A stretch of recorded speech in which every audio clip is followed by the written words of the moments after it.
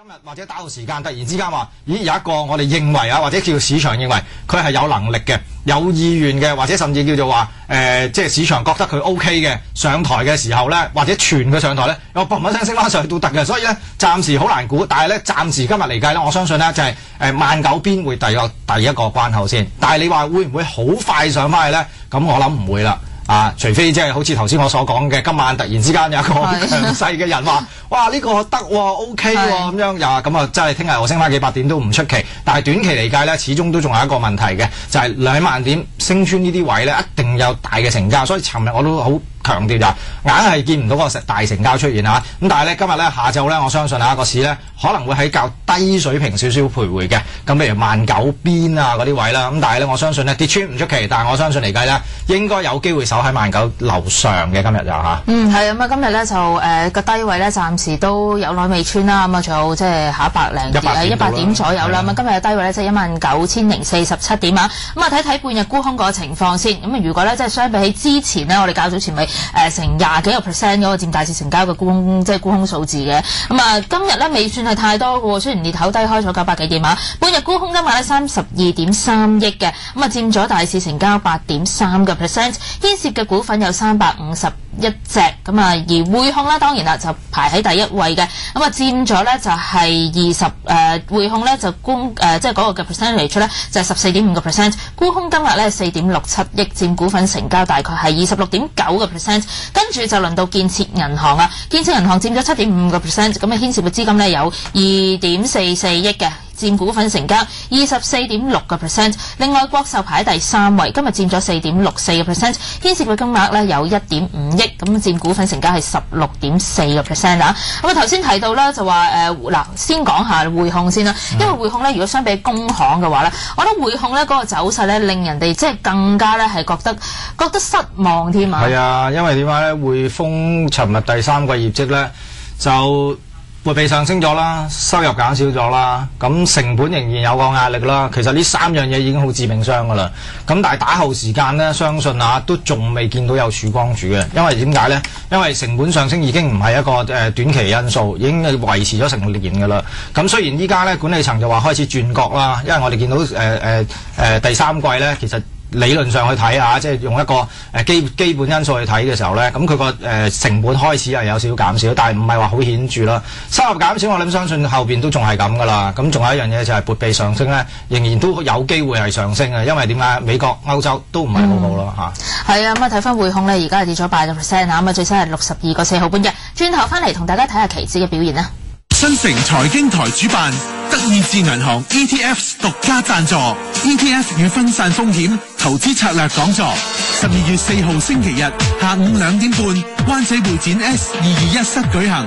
德意志銀行 DBX 代表周俊浩聯同財經專家沈振營探討環球市況，為你嘅資金尋找新出路。現場仲會送出5000蚊超市禮券，想攞飛即打36988177或上104mfonline.com.hk 登記。嘿，提你，聖誕節話咁快又到啦，農曆新年亦喺1月份喎，想靚一靚過節嘅話，就要早啲準備啦。香港去班中心嘅佳節套餐只需要1600蚊就可以任揀6種服務咯，優惠到月底為止，查詢28388808。2011年有邊首歌祝福過你？好歌先會窩心，真音樂先會叫人動容。恒生勁爆 Music World 新城勁爆頒獎禮2011 12月28號星期3黃昏6點半，灣仔會展 Hall 5BC 隆重舉行，雲集樂壇頂尖精英，分享2011年音樂成果，盡情獻唱，觸動心靈真音樂。恒生勁爆 Music World 新城勁爆頒獎禮2011，勁爆勢力直闖音樂世界。好想去旅行，又想食大閘蟹啊！所以我參加咗由興農食品大隊、新城財經台飲食得起力撐木牛湖蟹後之旅啦。劉遠芬同張錦祥會喺11月11至13號帶大家去安徽木牛湖參觀大閘蟹放養場，即足即食超好味大閘蟹王，同遊覽安徽馬鞍山市名勝。我又去。話咁快就敷咗啦，不過精彩片段可以喺11月20號嘅飲食得起度聽翻嘅。窩輪標記首選麥格里。大家好，我係麥格里資本證券股份有限公司證監會持牌人徐海林。受第三季業績欠佳理想亦都係匯豐控股今朝早係急跌至到63蚊以下㗎。睇好匯控嘅話，留意 call 14546，行使價70蚊。咁而至於內險股啦，今日亦都係全線下滑。中國平安啦係100天線水平回落，睇好平保嘅話，留意 call 14338，行使價63蚊。工商銀行啦，亦都今朝早係急跌超過8%，睇好工行嘅話，留意 call 14064，行使價5個8毫8。最後建設銀行今日亦都係跌至20天線5個4水平，睇好建行，留意 call 15088，行使價6個2毫8。截至11年嘅11月8日止，麥格里並無持有建設銀行、工商銀行、匯豐控股同埋中國平安相等於1% 或以上市場資本值嘅財務權益。上 www.warrants.com.hk 就知麥格里窩輪最新市場資訊。麥格里為剛才所提及上市股份有關的交易期權或麥格里發行的衍生權證的莊家及或流通量供應者。投資涉及風險，閣下應自行評估風險及如有需要，應尋求專業意見。結構性產品的價格可能會波動，投資者可能會損失全部或部分投資額。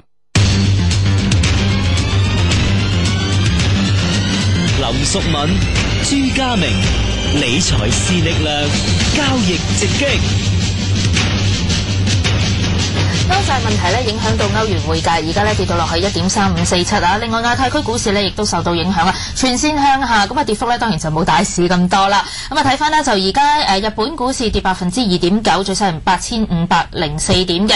韓國股市跌3.5%，另外咧台灣股市跌3.4%，新加坡股市跌2.8%，咁啊泰國股市跌0.5%，而呢一個馬來西亞股市咧跌2.5%，咁啊另外咧印度股市咧就係跌咗1%嘅。澳紐股市同樣都係下跌啊，澳洲股市跌2.4%，而新西蘭股市跌1%嘅。香港股市就好似真係特別跌得多啲啦，4個幾%，係啦 ATMK 嚟㗎。咁內地股市咧其實都跌得好審慎嘅啫嚇。咁上證綜指咧2486點啦，跌38點，跌幅1.5%嘅。深證成指10477點，跌148點，跌幅1.4%啦。而滬深300 2708點，跌43點，跌幅1.6%嘅。睇埋咧就係港股嗰個即月期指啊，咁啊見到即月期指而家最細19114點，跌820點，低水咧係13點，成交張數52599張，未平倉合約有86325張嘅。咁至於即月國指期貨啦，咁啊而家最新呢就係報緊呢個10411點啊，跌468點，但係做翻個高水17點嘅，成交張數30007張，未平倉合約有112698張啊。咁啊講開呢，今日嘅消息股份啊，有呢一個嘅匯控啦，有700騰訊啦嚇。咁啊，仲有一隻股份呢，其實尋日嗰個消息呢都幾突然啊，搶閘股貨出現啦。咁啊，講緊呢就係呢個工行1398被呢一個嘅高盛呢就減持啊。咁其實嗱，即係咁講啦，我覺得就係美資銀行或者歐資銀行咧，其實如果真係持有香港呢邊，尤其是啲中資嘅銀行股嘅時候咧，咁佢哋真係有個誘因去減持嘅，因為點解？第一就係賺錢啦，雖然跌咗咁多，但係都賺好多錢啦嚇。咁啊，第二咧就係佢哋嗰邊就係要合乎巴塞爾3啦，再加上就有部分銀行，譬如好似高盛美銀呢啲，即係揸住工商建設呢啲咧，咁佢哋咧就入選咗全球個系統性銀行，咁所以變咗嚟計咧，佢哋都要俾多啲，即係或者叫做提高啲咧嗰個即係資本比率咁樣，所以變咗嚟計咧，佢哋真係騰錢使嘅。咁再加上咧就係依家歐洲嗰個債券咧，譬如好簡單一樣嘢咧，就譬如希臘啊、意大利啊呢啲咁嘅情形咧，咁佢哋一定要撥備嘅，一撥備就好似匯豐咁啦，當然就話咁咧就喺個盈利上面咧就會好差啦。咁如果你要喺市場裏邊集資咧，我諗較為困難啦嚇。咁所以變咗嚟計仲有如果你要發次級債嘅都係較為難啲㗎啦。依家即係我哋叫做話政府3條 A 嘅評級都即係個借貸成本都唔平啦，何況你仲要係發次級債啦嚇。咁所以變咗嚟計咧就有誘因啦，不如減持呢啲股份啦，橫掂賺錢啫，係咪先？咁所以咧變咗嚟計咧就話啦，搶唔搶閘咧就真係好難講。但係咧就當然啦，尋日咧就高盛減持工商銀行咧就24億股咧，咁大家市場就會好擔心，因為點解咧？因為高盛都仲揸住70幾80億股嘅工商銀行，咁另外仲有一樣嘢咧，就係其他嘅即係美資啊或者歐資銀行咧揸住中資嘅銀行股咧，咁最高危嘅就當然建設㗎啦，因為美銀又好等錢使，美銀自己本身業務唔係太好，咁亦都要為手頭上一啲嘅即係債券啊撥備，咁又係一間系統性重要銀行，咁就要提高啲嗰個資本比率，咁所以變咗嚟計咧就係即係你話建設係咪高即係高危咧？咁當然其實市場都傳緊㗎啦已經啊。係啦，咁啊睇翻建設銀行啊，咁啊今日嘅走勢當然都係差啦。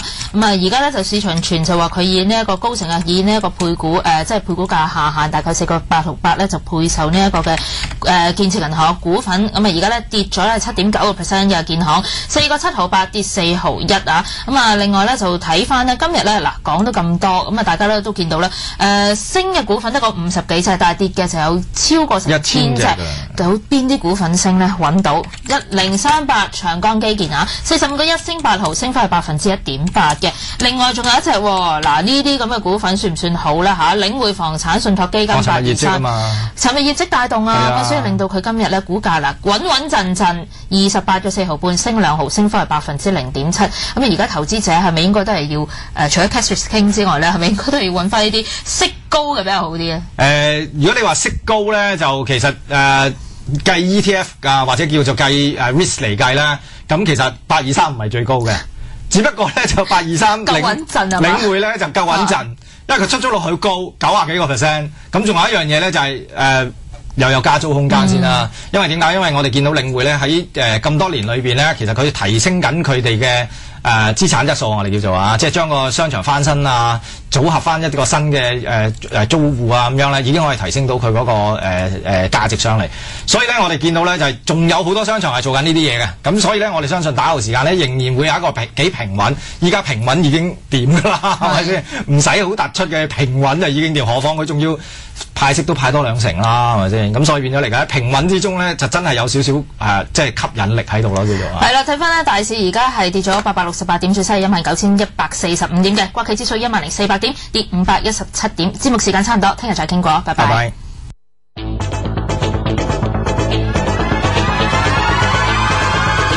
滬港一線通，滬港一線通。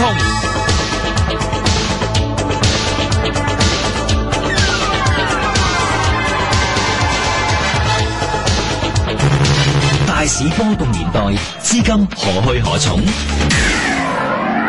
胡孟青、朱家明、鄧星興、黃偉傑、鄧威信每日撰寫專欄，拆解市況，指點投資策略。即上新城財經台財經網 www.104mfonline.com.hk。上海兩地的聽眾朋友，大家下午好啊！您現在正在收聽的是香港新城財經台和上海第一財經的滬港一線通，我是上海第一財經的主持人包容啊。香港這邊是新城財經台的文炳森，你好，炳森。你好，包先生。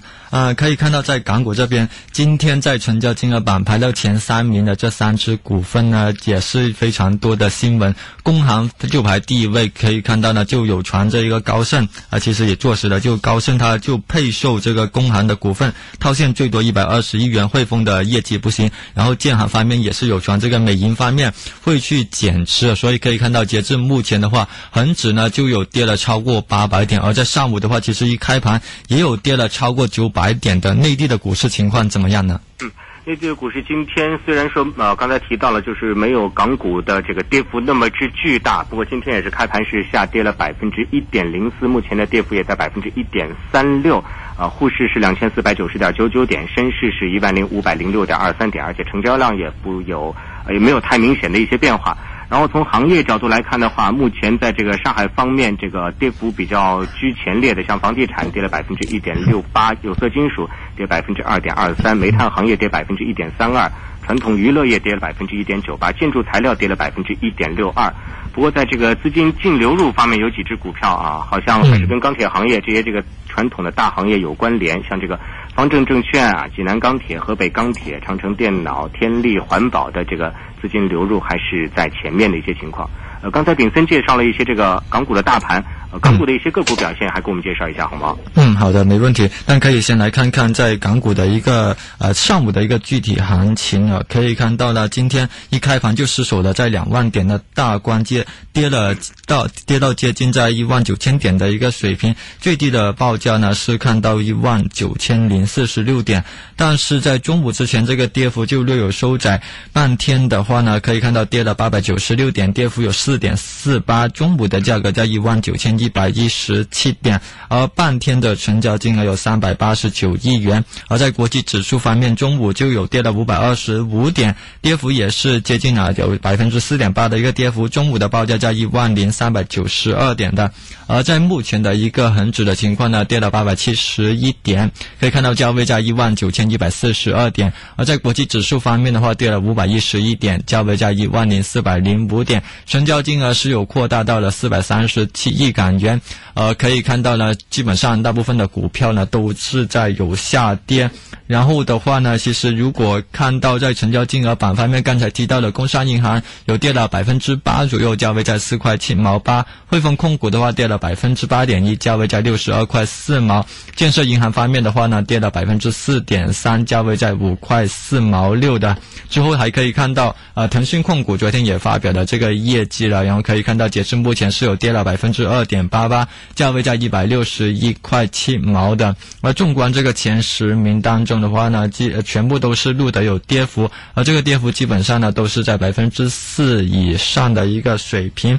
然后的话呢，还可以来看一看一些外围的一个宏观的情况。在纽约期金方面的话呢，可以看到跌了7.跌了7块6美元到每盎司1791.6美元的。而在油价方面的话，每桶跌了1美元左右，收报在95块7毛4美元的。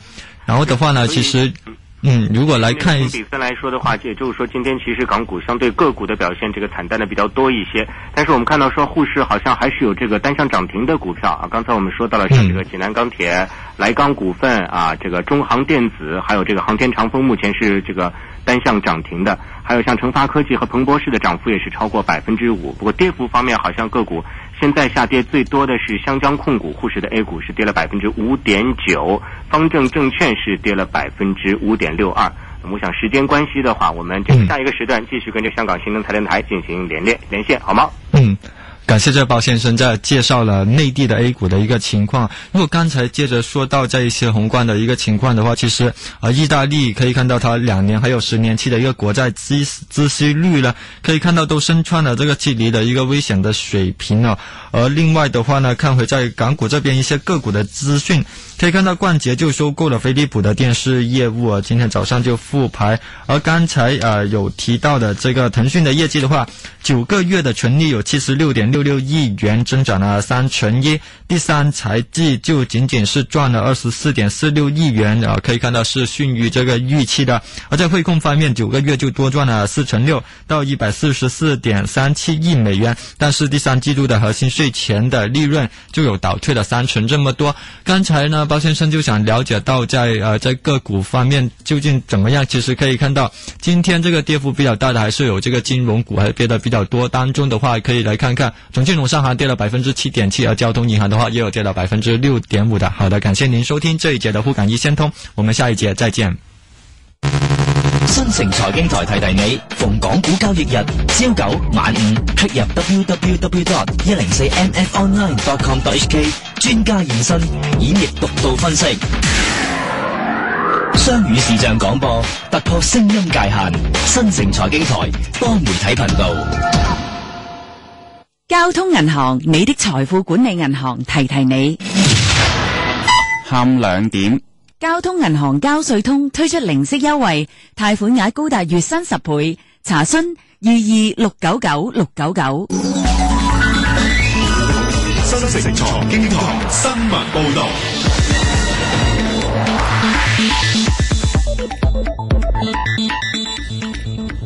現在由陸子琪報道一節新聞。